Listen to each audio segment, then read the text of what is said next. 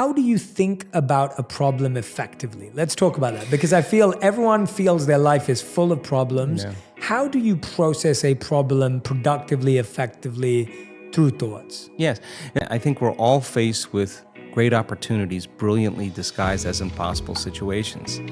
And in order, like for me personally, for me, there's no school of ancient wisdom that you need to go to be initiated. Your life is your initiation if you're paying attention. So we meet challenges in our life from a certain level of mind, right?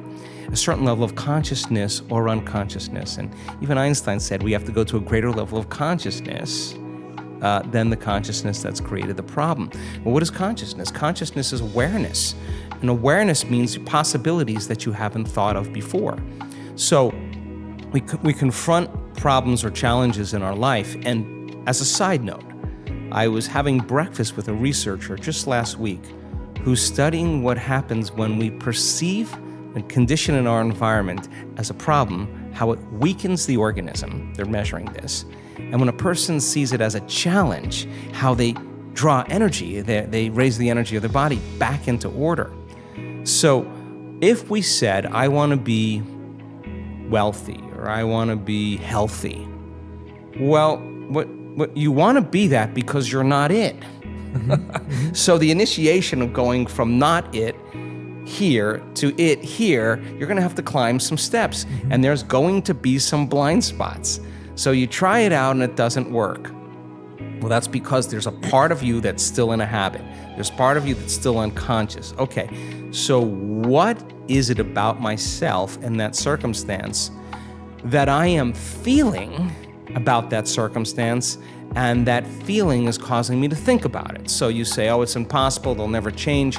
I'll hire a hitman, I'll hire the mafia, I'll hire an attorney, I'll have my friend's friend to talk to him, and nothing changes, right? Well, you're not separate from that experience. You're involved in it, and how you think and how you feel broadcasts energy into the field. So your energy is the same every day, and as long as your energy is the same, nothing's going to change in your life either. And nobody changes until they change their energy.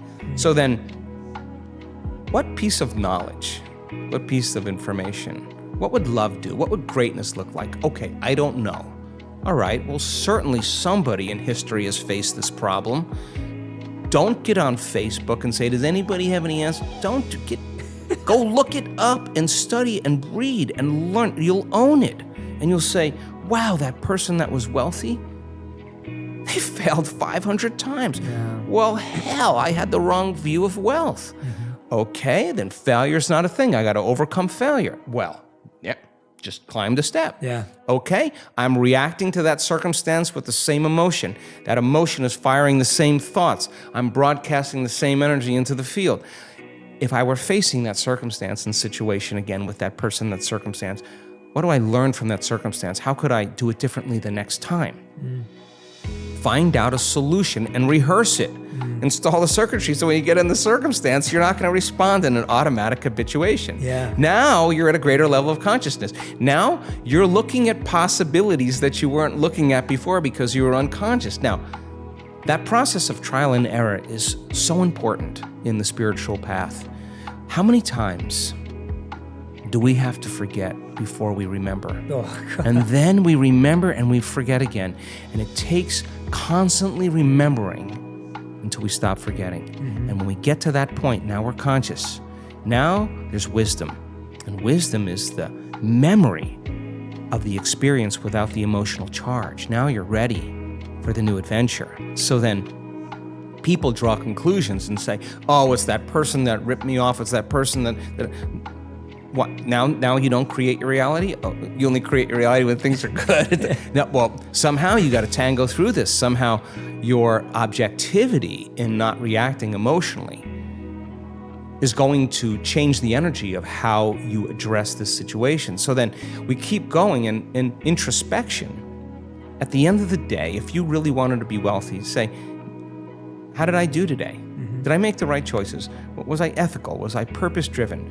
Was I interested in making a difference? Was I fair? Was I tempered? Did I really think before I spoke? What did I remember reading about that book, about that person that did it? How'd I do?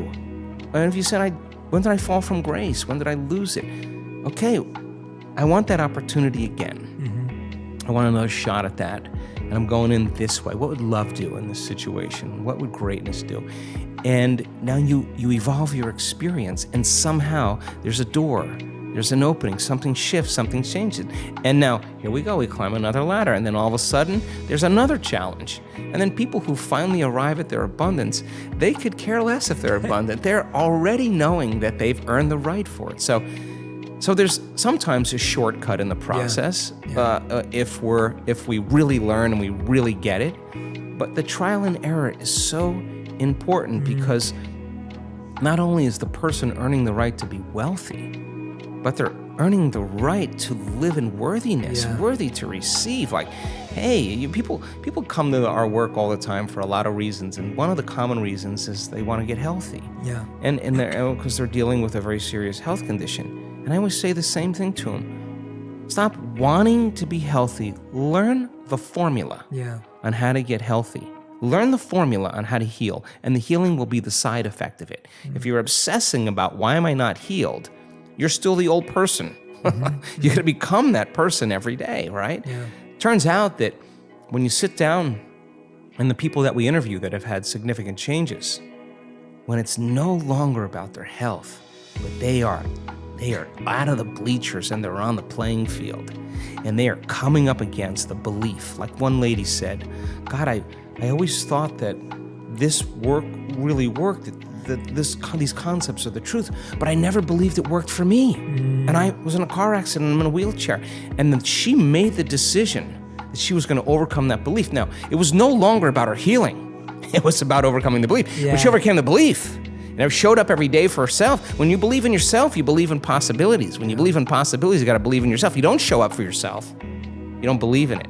Yeah. And that's why people don't do the work. I mean, if you believe that your thoughts created reality, you would show up every day and create. And so a lot of people believe in their past more than they believe in their future. A lot of people fall in love or more in love with their past, or romance their past instead of romance their future or love their future. It's that simple. So the initiation process of life is always going to be there. You're always going to be challenged. If you want to be a master, well, then you better learn how to heal someone else. And you're going to fail a lot of times. And if you think that you're a failure, then you'll quit. But if you feel like you just didn't quite ding it yet, and you show up again to just ding it, and you keep evolving your experience and go deeper. How much more can I open my heart? How much more can I surrender into this infinite field?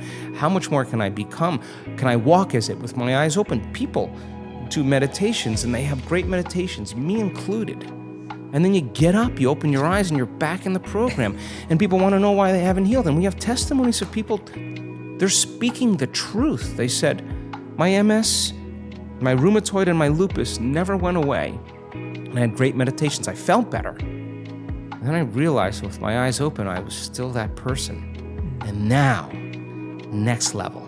They're in the game, they're catching themselves, they're catching how they speak, they're watching how they think. They're not letting their body fall in the same emotional state to put them in the same past experience that the body's believing in. Now, this is the great part. And when a person finally breaks through from the chains, and there's a different consciousness, a freedom that happens, they look back at their past.